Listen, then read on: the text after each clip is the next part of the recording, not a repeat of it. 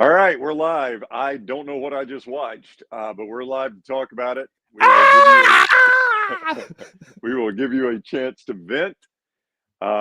Cannot imagine anybody that is an Alabama fan enjoyed watching that. That was about as bad as I have seen Alabama play in the Saban era. And I'll include 2007. I did not watch a play of the La Monroe game. I don't know if I've ever said that publicly. Um, so I don't think I missed anything there. But having not seen the La Monroe game, Dunaway in Saban's first year, that's as bad a team as I have seen under Nick Saban right there. Was that pay-per-view? Because I didn't go to that game either. It was, I think it was on the very front end of ESPN Plus. And I remember I was out of town on a family trip and we just didn't have a way to stream. I mean, I think it was on the very front end of smart TVs and things like that in streaming. We just didn't have a way to do it. Lance is going to jump in here with us. Welcome in, Lance Taylor, everyone. Lance, we were just talking. I did not watch the La Monroe game back in 07. I was on a family trip. It was Dunaway said it might have been pay-per-view. It was streaming or pay-per-view or something. I had no access to it. That's as bad as I've seen a Saban team play. Having not watched the La Monroe game, that's it. That's as bad as I've seen one play. I don't know if it's talent evaluation because all these guys were getting recruited by the Ohio States and the Georgias and the Clemsons of the world. So it really doesn't make any sense. But that quarterback play, 10 to 23, I can't remember quarterback play that has been that bad. And how you go from a Bryce Young, arguably the greatest quarterback in Alabama history, to what you've got now and Milroe not playing.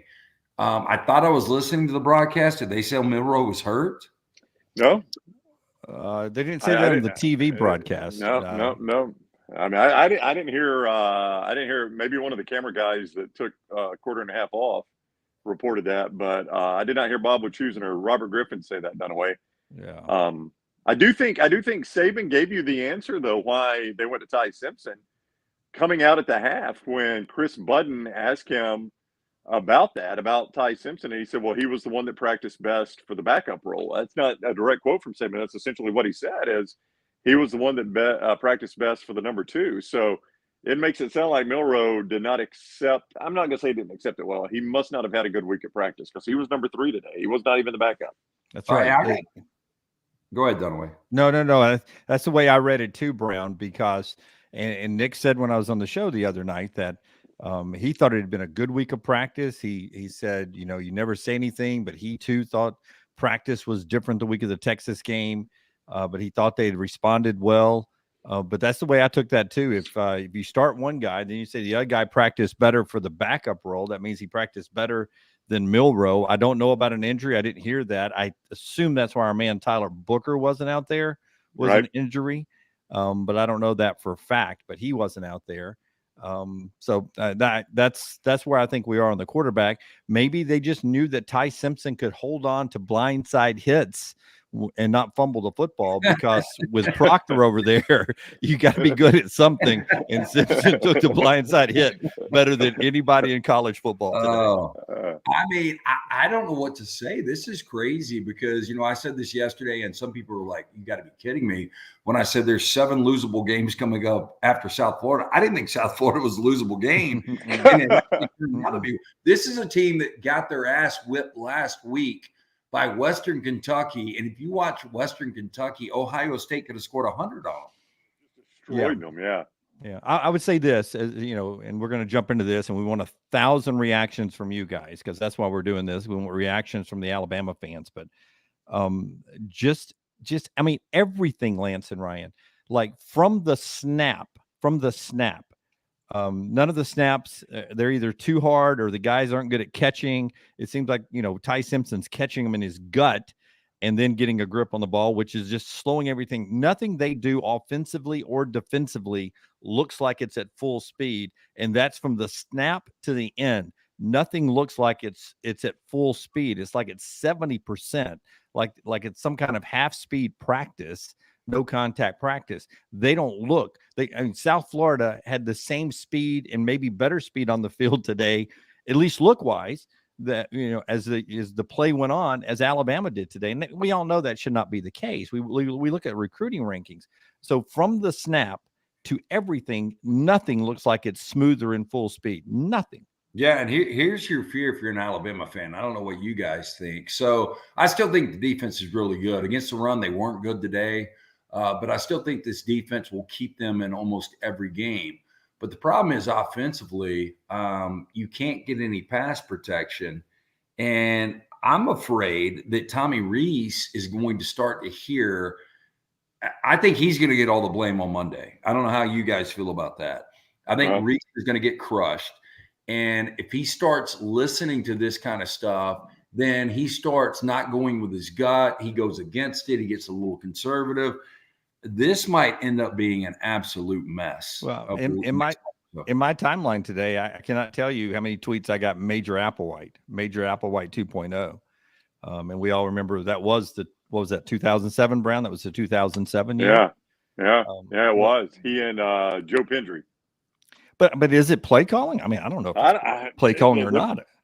I mean, the play calling doesn't look good, but if your left tackle can't protect your quarterback and their backs are so bad at picking up the blitz. Did you see that one time? Yes. I don't know what Jason McClellan was doing. It looked like he was trying to get the guy to dance with him. I mean, that was the worst blitz pickup I've ever seen. I thought it was, like somebody had been introduced at an Alabama basketball game and part of the starting lineup, and he was patting him down.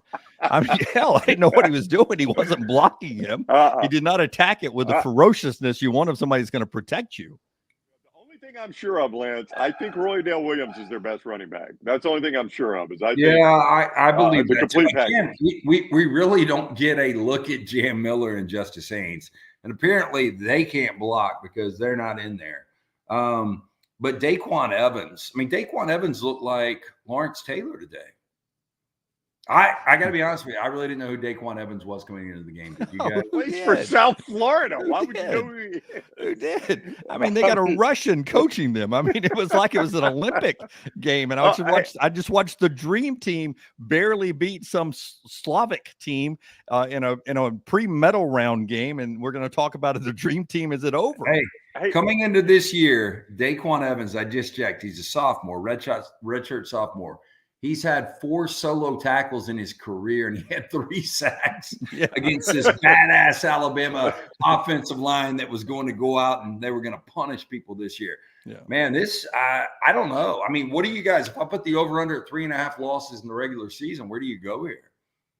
After right now, I'd take the over. Wait, 3.5, does that count Texas or 3.5 more? Yeah, Texas, so 3 more losses, so 8 and 4. Oh, I mean, that team that played today, I can't, other than Chattanooga, I can't think of anybody they beat. Alabama, absolutely. Now, Ole Miss is just starting, but they have their hands full next week. I don't know. I mean, if you can't dictate against South Florida any better than that, what are you going to do against an SEC defense? Now, I will tell you, I'm not a believer that what you see today is what you're going to see next week and the week after. You can improve, and coaches can get better, and matchups are different. But if that team that played today plays like that anywhere on the schedule the rest of the way, they will not win that football game, because Miss will beat them, Arkansas will beat them, Texas A&M can beat them, Auburn can beat them in Jordan-Hare Stadium. You name it. Kentucky can beat them in Lexington. That team that played today, unless they improve and do something different, that wasn't even the same team that played last week against Texas. That was so you're not even the same speed. In what we saw from LSU going into Starkville, that's an improved team. That's like, get your shit together. We got embarrassed in the second half against Florida State. We need to turn the corner. And after that first quarter against Grambling, I mean, they are playing lights out football right now. Again, we don't know much about Mississippi State, but the way Jaden Daniels played today and Malik Neighbors, Malik Neighbors looked like Justin Jefferson. He did. That was a heck of a combo. And if anybody's writing down my quotes from this just to publish them later on, here's one more for you. I felt, honest to goodness, like I was watching something from the 80s, 90s, early 2000s. This is the way football felt before Nick Saban came to Tuscaloosa. Brandon Avalos. I thought about Brandon Avalos today. I really did. I mean, this was, you pick a coach. It was Mike Shula. It was Mike Dubose. It was Dennis Franchione on a bad day. It was Gene Stallings on a bad day. It was Bill Curry on a bad day. It was Ray Perkins on a bad day. You pick any of them, and this did not look anything, as Brown said, like a Nick Saban coach team. Even when he first got on campus and had to start rebuilding it, did not look like it. Looked like it was a bunch of impersonators out there. Well, real quick, it looked like, as you say that, it looked like a team that is starting to try to build an offense and an identity. And we're talking about year 16 now, or is it year 17 for Nick Saban? I forget. I am completely baffled on how you go from the quarterbacks that you've had and the receivers you've had to what you have right now. Yeah, it is. It is absolutely baffling. Of the quarterbacks you saw today, you saw two quarterbacks. I mean, Ty Simpson's obviously the better choice of those two, right?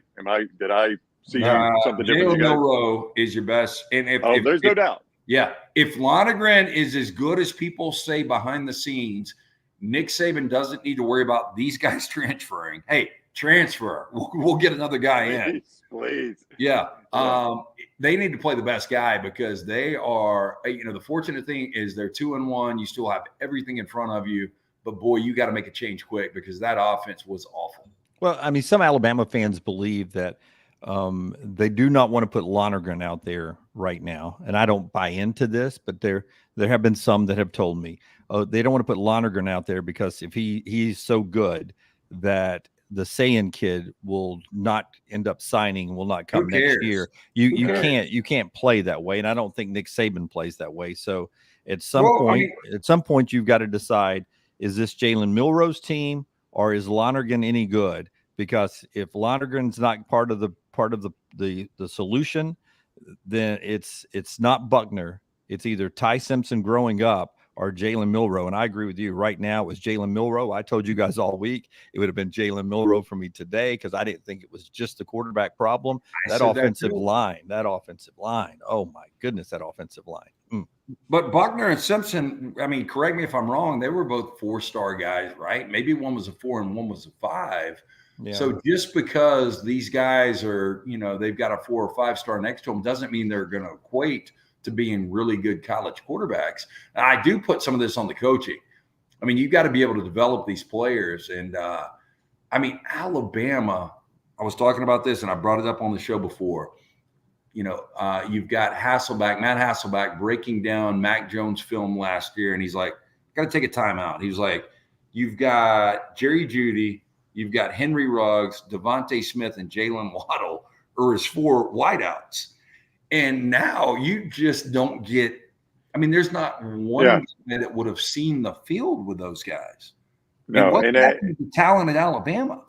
Yeah, and Daniel Jeremiah hit on that, by the way, as he was breaking down Bryce Young. He's like, here's what Bryce Young is going to have to get used to in the NFL. When you're the quarterback at Alabama, there's not a safety in the world that's going to creep up. They're scared to death of the talent that's all over the field.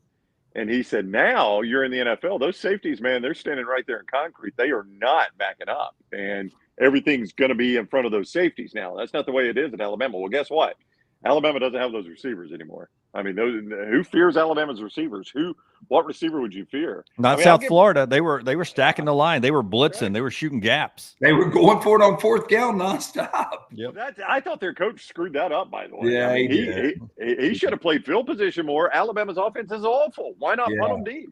Well, and this happened, was it last week too? I'm trying to remember.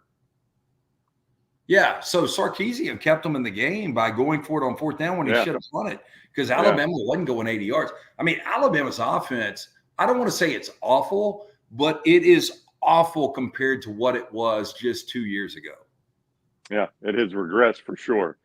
So you guys, if Milroe wasn't suspended, and I'm looking, Dunaway, I know you are too, maybe at Nick Saban comments to see if he comments on that because people are asking, was he suspended? He was dressed. They showed him coming out of the locker room.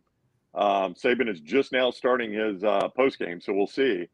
If he's not suspended, I mean, you go back to Milroe against Ole Miss, right? That's the only call? I 100% go back to Milroe, regardless if he was suspended or not, unless it's Lonergan. If he's not suspended for the Ole Miss game, yeah. I'm just saying that it's I'm always leaving open what's behind door number 4 in this situation, just in case.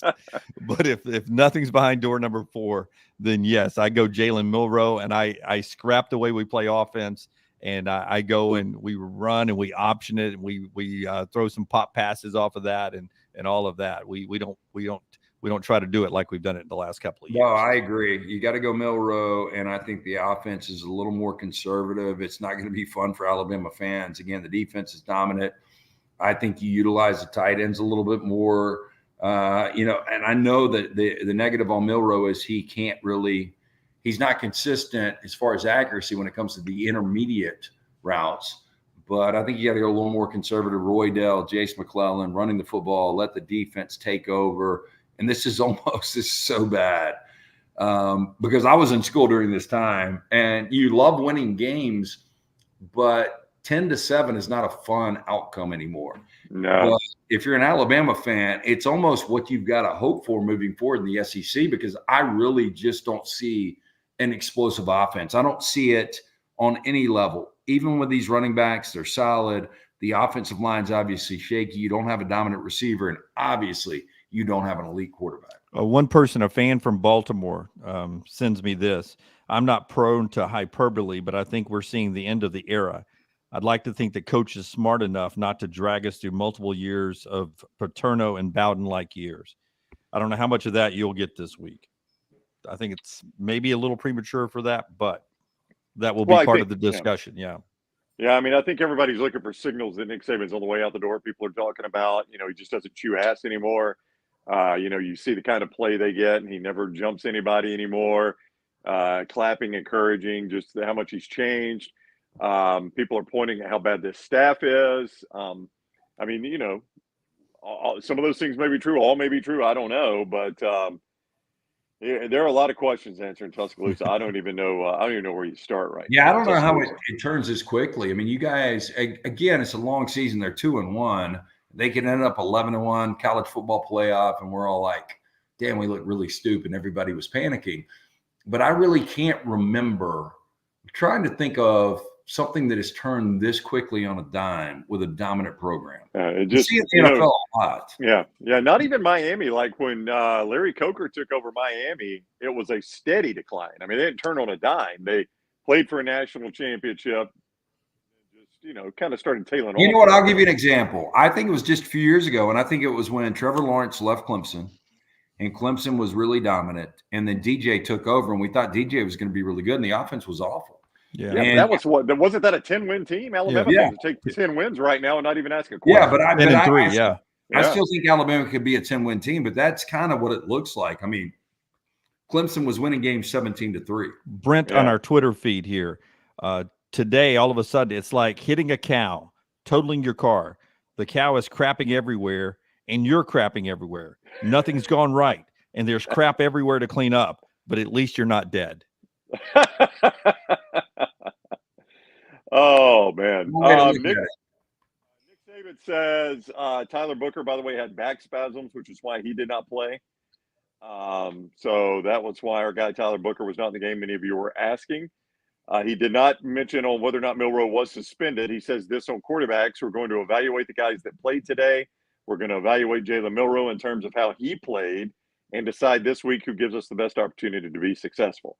So that's what Nick Saban says about quarterbacks moving forward. If he says anything about a Milroe suspension, because many of you are asking, I will tell you. If he needs us to weigh in, I mean, I'm going to vote Milroe is your best shot at winning a game. What I'll say on Lonergan, Dunaway, you were mentioning why they may not be playing him. I look at Lonergan maybe as a little bit like when Derek Carr got drafted by Houston, and Houston just didn't have a good enough offensive line in front of him, and the guy got hit so much he got shell-shocked. Yeah, I would fear that for Lonergan. I mean, these guys cannot protect a quarterback. That's why I really think that's why you got to play Milroe. If all other things are equal, he's the best athlete of the bunch, and that's who you're going to have behind this offensive line. Sports in 5. Someone teach McLaughlin how to snap. Proctor has to go. Simpson is our quarterback. I don't know, man. Those two he is, Lance. Yeah, of those two, probably so. Buckner was awful. And he was the same Buckner I saw last year at Notre Dame. I wasn't optimistic about Buckner coming into this game. I'll tell you, man, if I'm part of this Alabama collective, those guys need to start spending some money.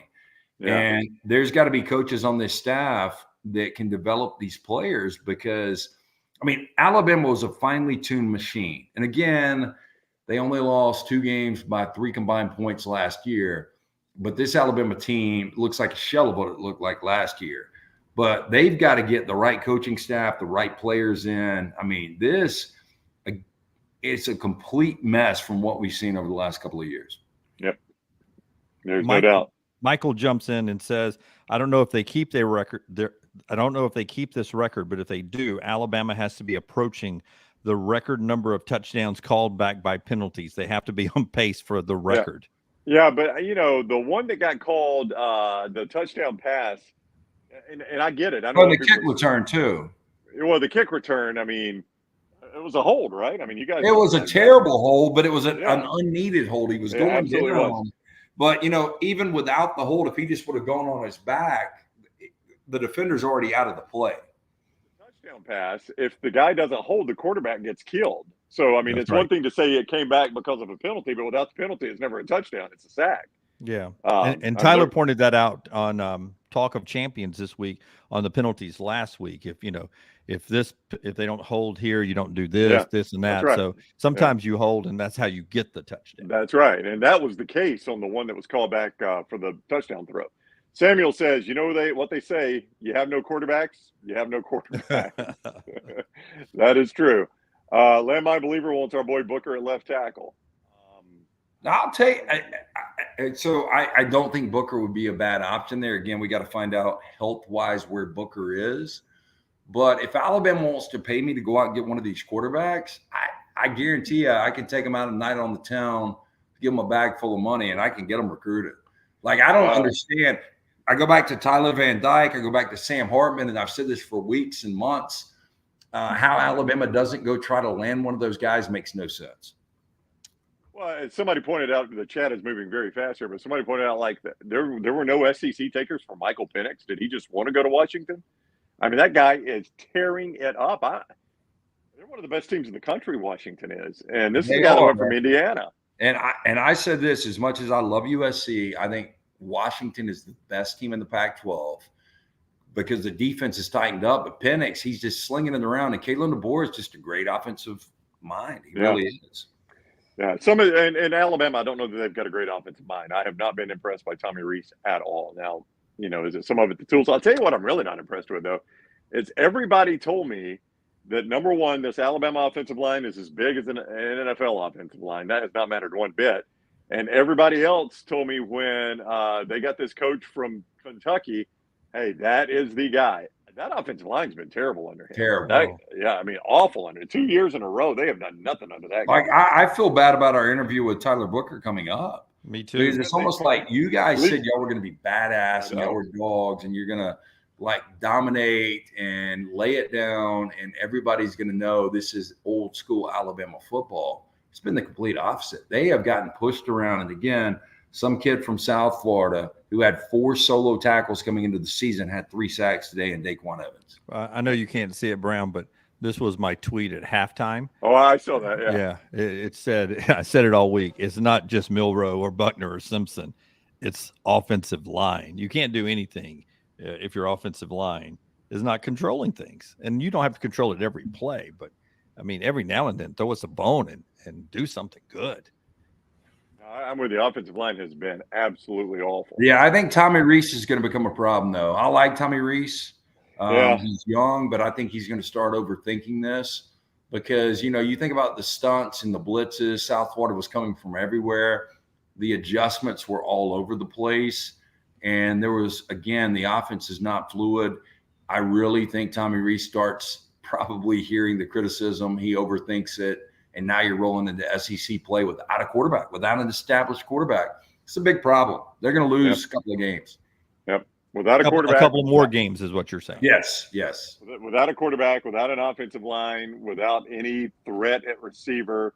Nye Black, did he make it? He didn't have a catch day, did he? No, I don't remember him doing anything. I mean, that was a guy who's not very physical in the blocking part of the tight end's job either, Brown. So I think later in the game you saw other tight ends in there because of that reason. They made a couple of catches.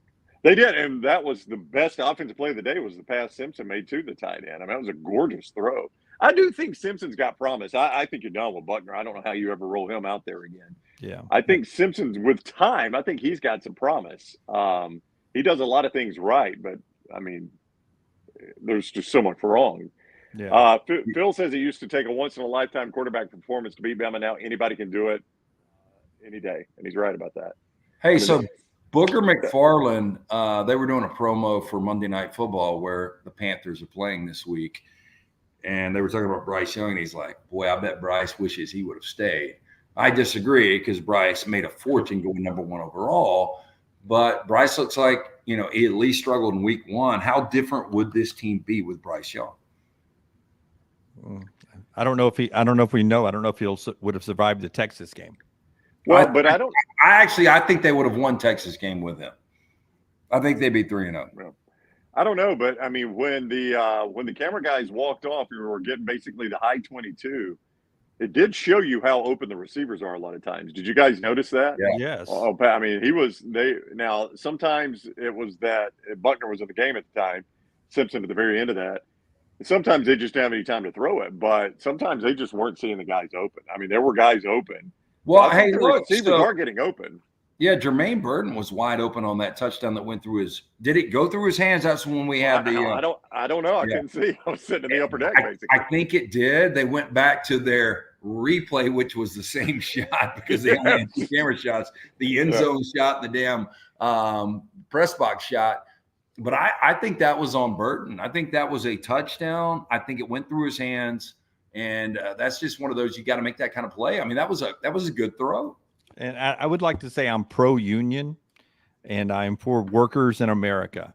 But how is it safe for the kids to actually come back and play the game and 50,000 fans to come sit in the game? The 57-year-old working the camera can't come back in. But how come Joe in the high 20s can't come back? We don't have to put anybody up in the cranes or up on top of the scoreboard. I understand wind. But those 3 guys that go out on the photo deck who, sit right in front of me in the press box for 30 years, dude, you're sitting in the same place I am. You're more safe than the fans are. How can you not go do that? So I was told, somebody texted me that works in the TV in this business, in the game production business, and said the problem is the standard for every other television network and the NCAA is 8 miles. And for whatever reason, ESPN's is 15 miles. So basically, any lightning strike within 15 miles of the stadium, their camera guys walk off. Yeah, they set the cameras and walk off, and then there's like the clock starts. Like any lightning strike within 15 miles resets the clock, just like it does with the game people. Yeah. So I mean, that's why they were going so long, and that just seems a little over the top. Yeah, 15 miles again, is a lot. All for safety. And again, if we can't put anybody on the scoreboard or on a crane in the end zone or even down on the field, Brown, I would give you that one. But the guys who are basically undercover in the photo deck, it's called, right in front of Media Row, the high 20s, I think is the official term.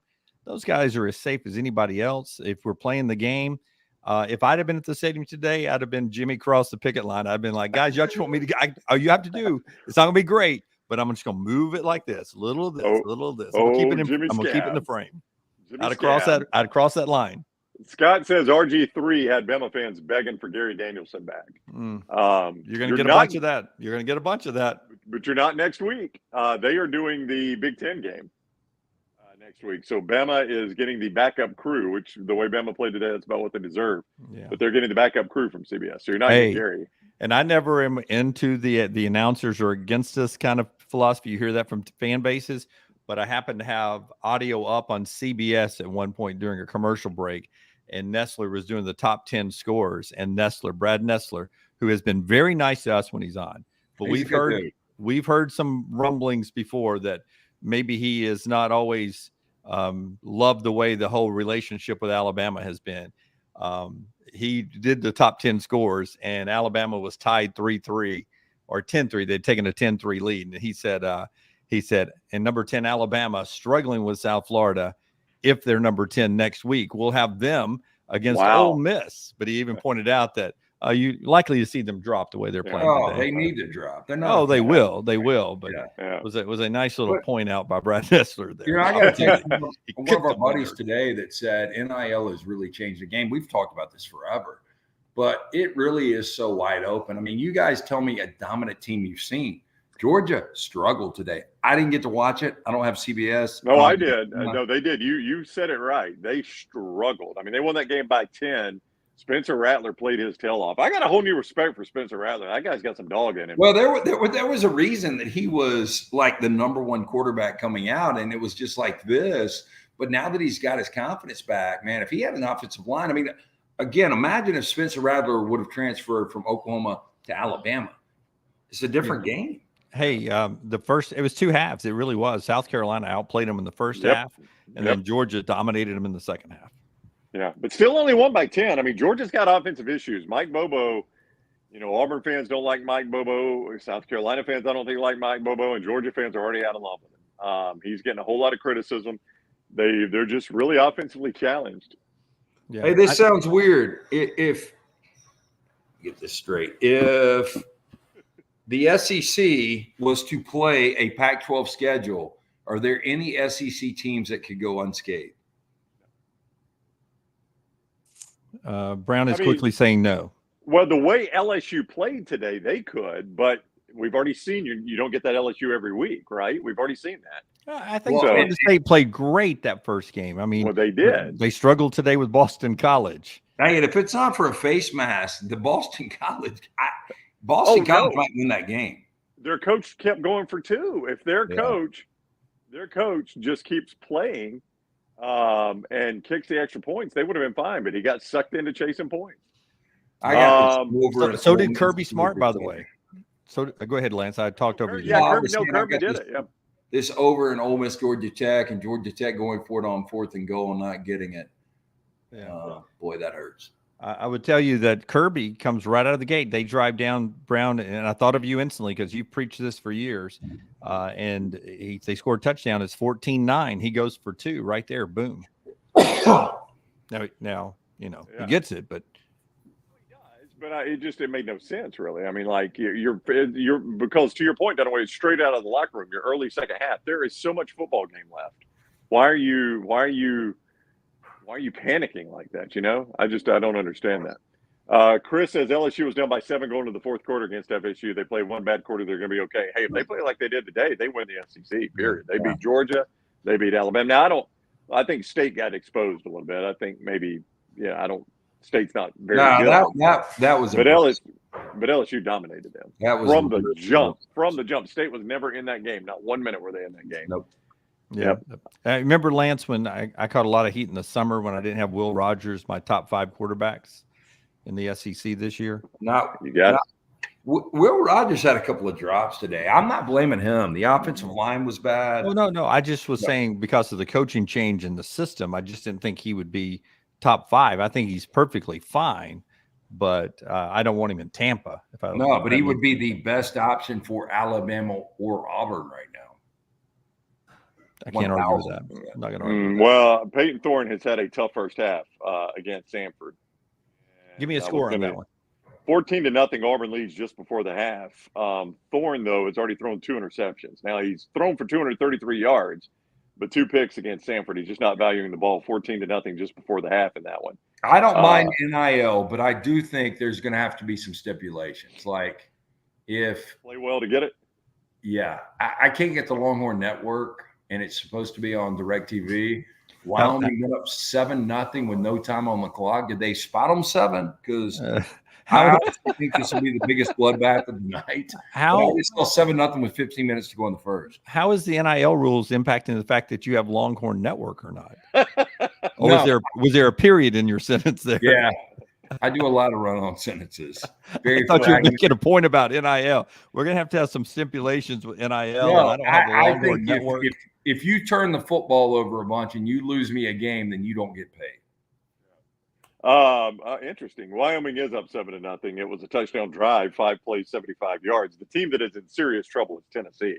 Florida is getting after them right now. 19 unanswered points, yeah. Yeah, it is again, Billy Napier, the reason it's 19 is because he chased points. Joe Milton threw a horrible interception earlier, just a horrible interception. So yeah, it is this is in danger of really getting away from Tennessee. Boys, they don't play well there, Jimmy.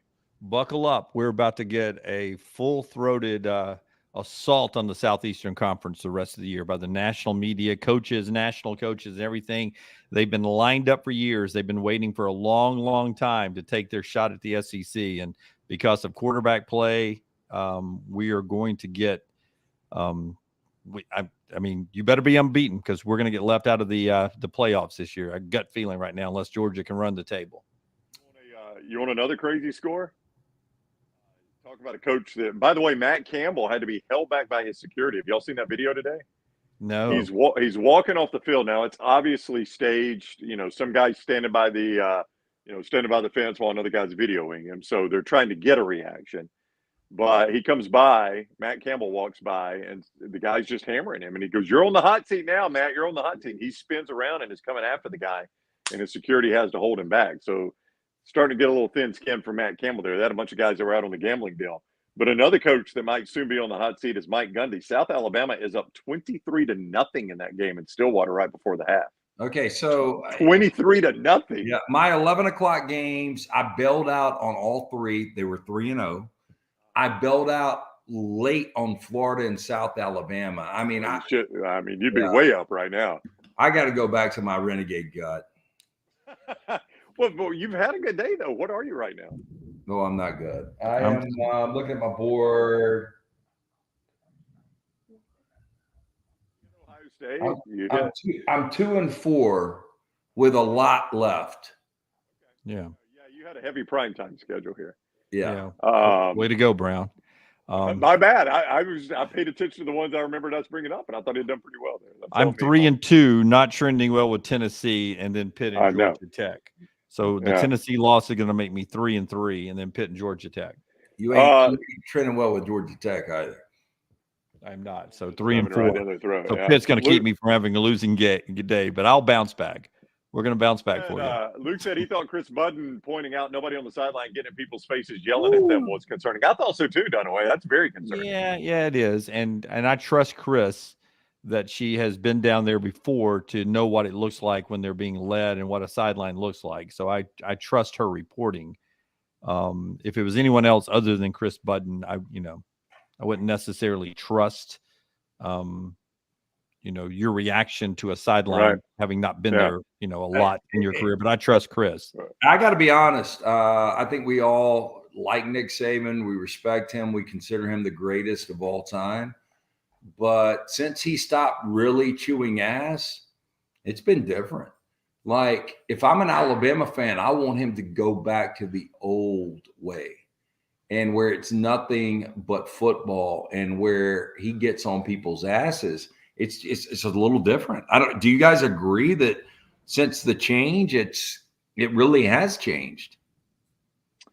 Yeah, I mean, he's not the same guy he was. His former players say that he has changed. And I think Alabama fans want to see, maybe not Kool-Aid. I mean, Kool-Aid made a bonehead play, but Kool-Aid does a lot for you. So maybe not him, but maybe when that offensive line's coming off the field after Caden Proctor is a turnstile and Saban gets in their face a little bit. That's what Alabama fans want to see out of him right now. Now, he doesn't care.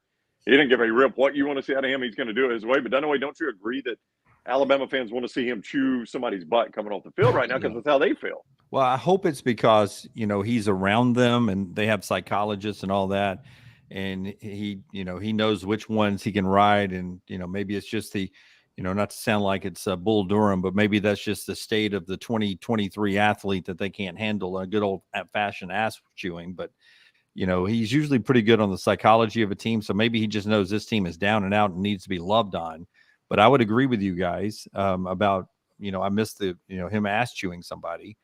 And maybe that cranks back up this week a little bit. Maybe it does. I don't know. Lance, what is the Ole Miss Jackson Dart is playing pretty well again? Well, I mean, it's been 2 first and goals where I get no points, and I've got an over there. No, but I wanted to ask you, what do you think? Jackson Dart missed that throw. If he throws it 2 inches in front, touchdown. Yeah. The point spread is for this game next week at Tuscaloosa. Yeah, I got that question a lot, LT. So what do you think right now? Let's say Ole Miss goes on and wins this game 38-10. That's probably right because it'll go under. I think Alabama's going to be a 7-point favorite. Boy, it'd be hard not to take Ole Miss right now when it's Dunaway. 100%, 100%. Yeah, you gotta remember that Alabama's still going to get inflated on the brand because you get some dude from Albuquerque that's in Vegas and he's like, "Oh my gosh, Alabama's only a 7-point favorite," so they're still going to get inflated. Not a good team right now. I think you can probably get a lot of value. I saw somebody in the chat room, it might have been Bobby, saying South Florida plus 32.5 is a lock. I took a good look at them. I was talking to some people that were over here today, and I was like, this is before the game, I really kicked myself for not putting South Florida in my rotation today. And that was one of those, I mean, you never sweated it, ever. Oh, Yeah. never. I mean, I was worried about them winning the game, honest to goodness, most of the game. Yeah, I mean, did you ever think they were actually going to lose, though? I mean, yeah. Yeah, I did. Did I mean, you? when it was 3-3, I kept expecting a bad interception or a scoop and score on one of those sacks. And then when it was 10-3 and they still threw the ball a couple of times with Ty Simpson, I mean, the guy's a freshman. I thought, no experience. Throws a soft one out in the flat, pick six, and it's 10-10, and then something goes south. You get to overtime, you lose the game. I mean, the old ingredients of an upset was there all day long in this contest. 100%.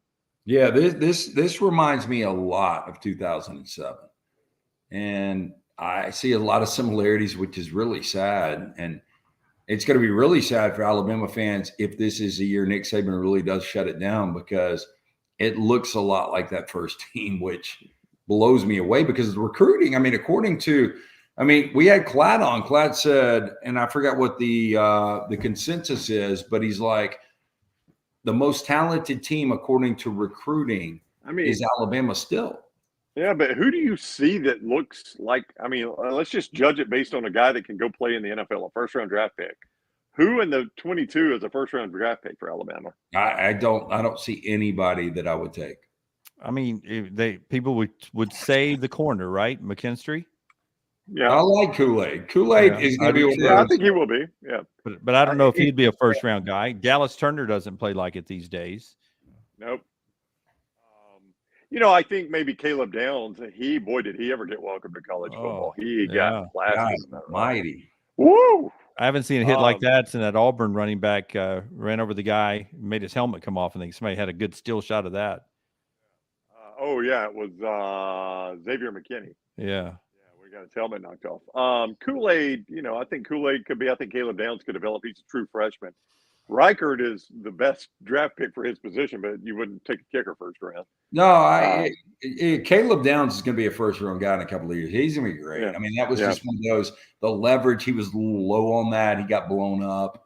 I respect he is in on almost every play. Yeah. He's a complete headhunter. Yeah. And Bryce says he hasn't been good, average at best. He's a true freshman.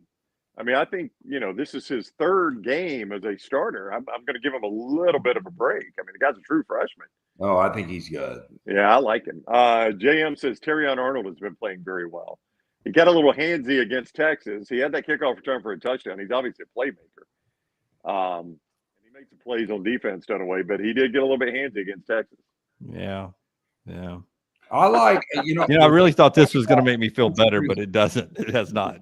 No, the thing I like Arnold. I think the thing about McKinstry and Arnold is those guys are ultra confident, which you've got to be at that position. Yeah. So, again, I don't think the defense is a problem at all. Last week it was pass defense against Quinn Ewers. This week it was rush defense against South Florida. Defense can be fine.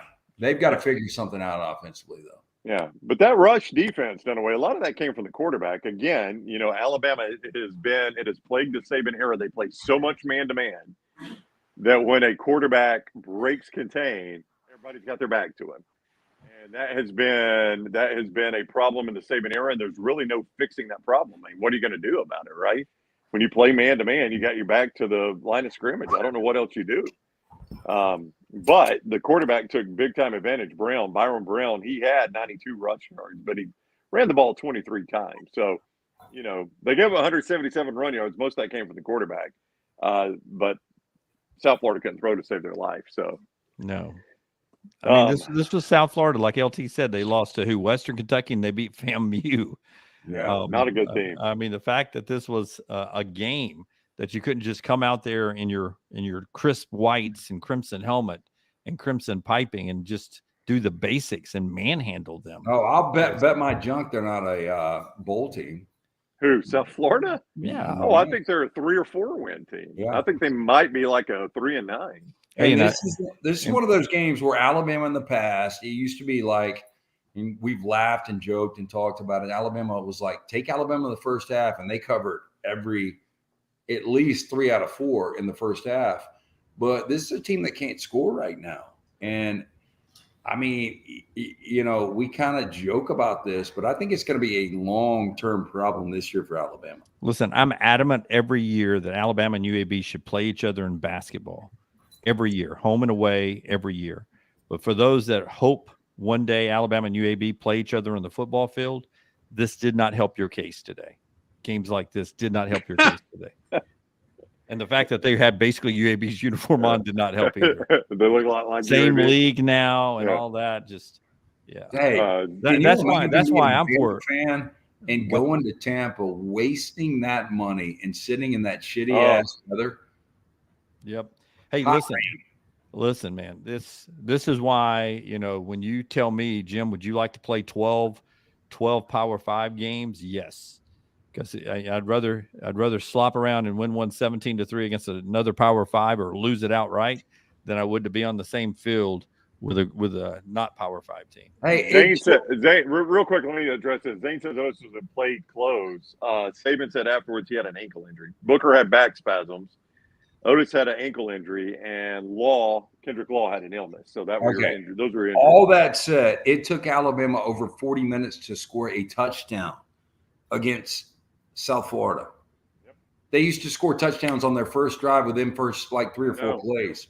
I would sit here with buddies and I would take the other side. They'd be like, I guarantee you Bama's going to score within 3 plays. And I'd be like, I'll go $100. Not going to happen. Second play, 27 seconds in, touchdown.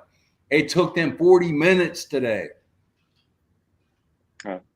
Somebody asked last time they only scored 3 points and a half, the first half. And it may go back to game of the century. I don't know if it goes back that far, but I can't think of another time. It may go back to the game of the century, the last time Alabama only scored 3 points in the first half. JM says Malachi Moore might be our best player right now. He was great today. He really was. Yeah, Thursday I agree. He was making plays. Again, defense is going to be fine. Defense will keep them in every game. Offense is going to really cost them. I mean, Ole Miss, to your point, they've only got 10 points against Georgia Tech, and they're closing in on halftime here. So it's not as if, you know, they're world beaters. Yeah, I have gotten completely jerked on that game, though. If you've watched that game, that game's a complete over. Again, we readjust. We're transparent at Lance'sLock.com. It has not been a good start today, 2-4.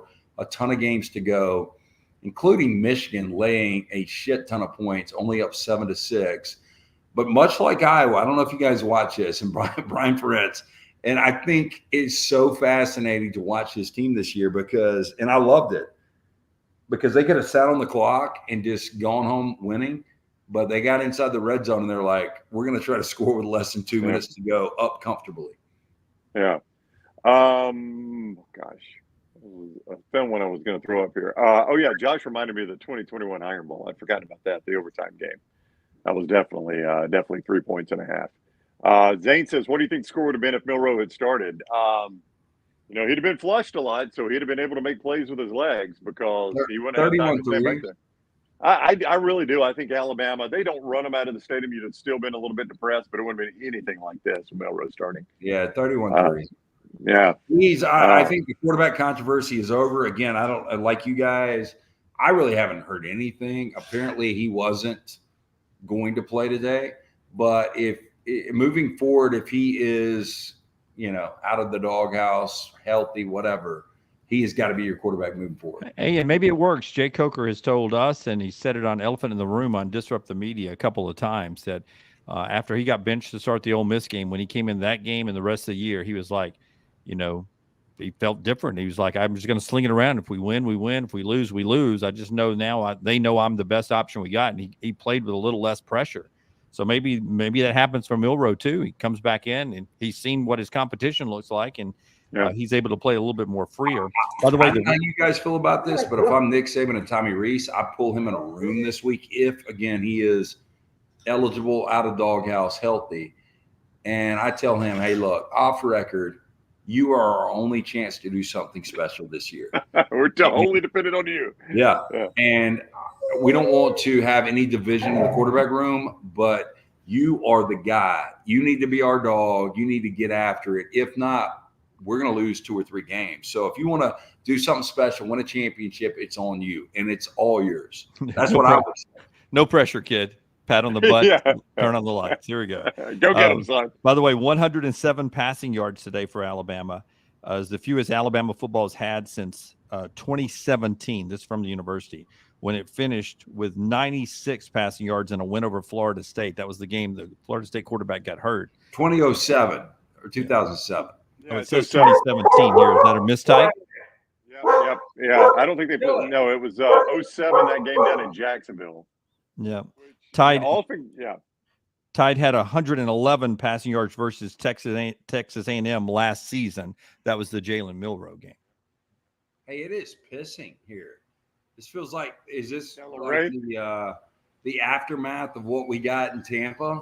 Yes. Because all my TVs are down. Oh no. That's why you got to go to the stream. No more rain fade, my friend.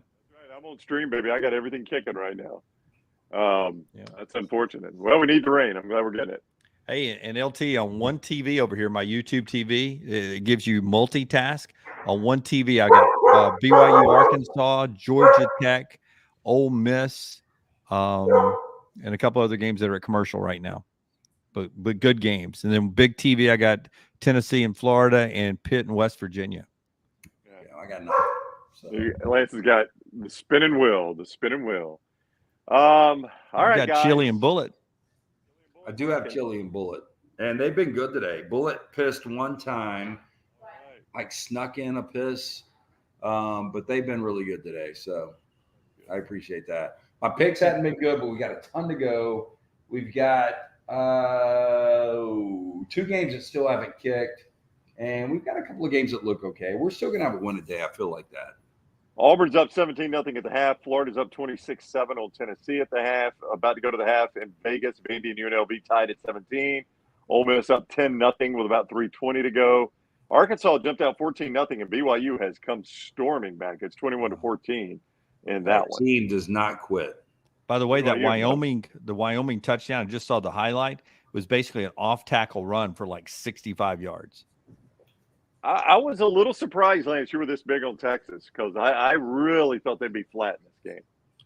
Well, you know, what's weird is I was talking to Luganville this week about Florida State, and he's like, Florida State is going to scorch earth. They're not going to let up. They let up today. They were lucky to win that game. Yeah. I felt Texas kind of the same way. I mean, it's so easy for Sark to sell this as if you lose to Wyoming, a team that beat Texas Tech after trailing by 17, the Alabama win is nothing for us. Yeah. So I think they would be motivated coming back, playing in front of a crowd that is super excited about, hey, we've got a legitimate playoff contender. And it's still early. I still think Texas will, iron whatever out. I think they'll end up winning this game by a good margin. I mean, again, earlier today, Iowa was down 7-0. They ended up covering 30 points. So the red bandana game with Florida State for Boston College. I'd love to know the history of how much they play. They don't win them all. I just want to know how much they cover in those games. They well, you know what the difference was, Dunaway? The dude's mom came in today and talked to us. Oh, it's every game. Every red bandana game, she does that. Yeah. God damn it. Jesus Christ. What's happening? They're playing too hard and they're wrecking shit up. Y'all got to calm down. Sorry. Not Brown and me, Bullet and Chili. Not Brown and me. Okay. So I don't have people singing here. It's a low-key night, but my 2 Velociraptors. Like some guys. But it's also only 7:45, so I didn't expect any drunken singing yet. All right, I think we've covered everything we can cover. We'll come back and do it again on Monday. Let you guys marinate on this a little bit, unless something insane happens and Auburn's up 17-0. The only insane thing I could think of is either Mike Norvell and Deion Sanders fisticuffs, or Auburn losing to Sanford. Jay Norvell. Jay Norvell, excuse me. It'd be odd for Mike Norvell to fly from Boston to Boulder. Well, why are you even at the game? That would be. You wanted my job, bro? You wanted your job. All right. Give us a thumbs up. Uh-oh. Hey, I love Mark saying, dude, don't have dogs if you can't deal with them. Fuck you, Mark. I can deal with dogs. I've been doing it for years. Both of these are rescues. There's a reason they've been rehomed. There's a reason one was in the woods for years. So I got them. It's just Let's say South Alabama update 23-0 at the half. South up on Oak State. All right, give us a Gundy's framing it up. Gundy's framing it up. Going somewhere. Give us a thumbs up on YouTube. Please give us a thumbs up. Make sure you follow us at Next Round Live on all social media. All right, boys. Y'all enjoy the night games. We'll let you know if we're back, but I think that's probably going to do it for the night. We'll talk to you guys 9 o'clock on Monday. Hey, I need a good week Dunaway next week. 7 on Monday. You need a good week for what? 7 a.m. I need a good week next Monday through Friday. I just want everybody to be nice and love each other, be happy. I need a little good energy for this Alabama team before Ole Miss comes to town. Yeah, we'll pick them up, man. Bullets all in. Bullets in. Lance getting some tongue. All right, boys. Get on an edible.